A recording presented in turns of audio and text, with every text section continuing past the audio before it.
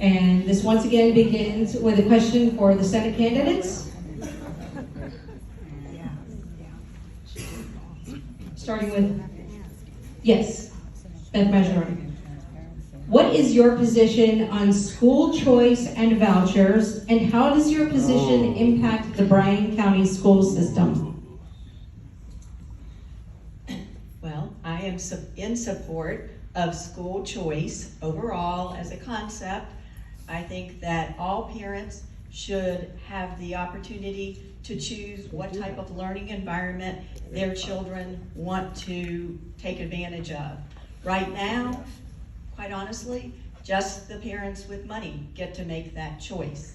And I think all parents should have the option to choose the proper school environment for their children.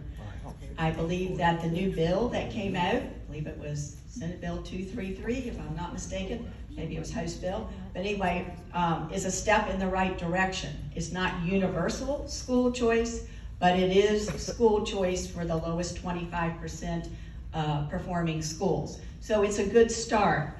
The question always comes up with, and this is to pertain to Bryan County, well, what happens if all of a sudden parents pull their kids out of the school? We have a good school. And I hear that question. I think it's a really good one.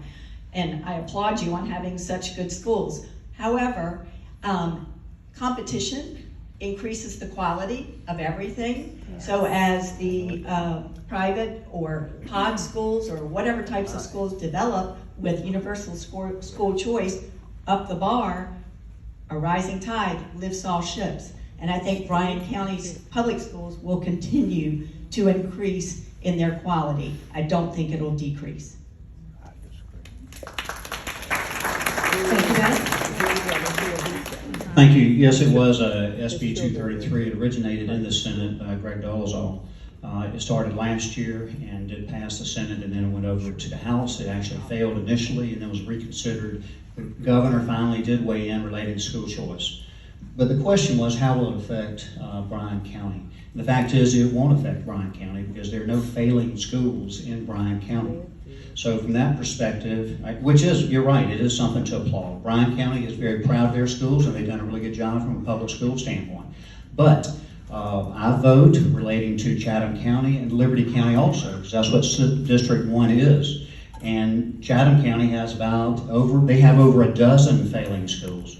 And I think it's the parents know best what's for their children. If they're in a failing school, they will get $6,500 to be able to go to a school of their choice.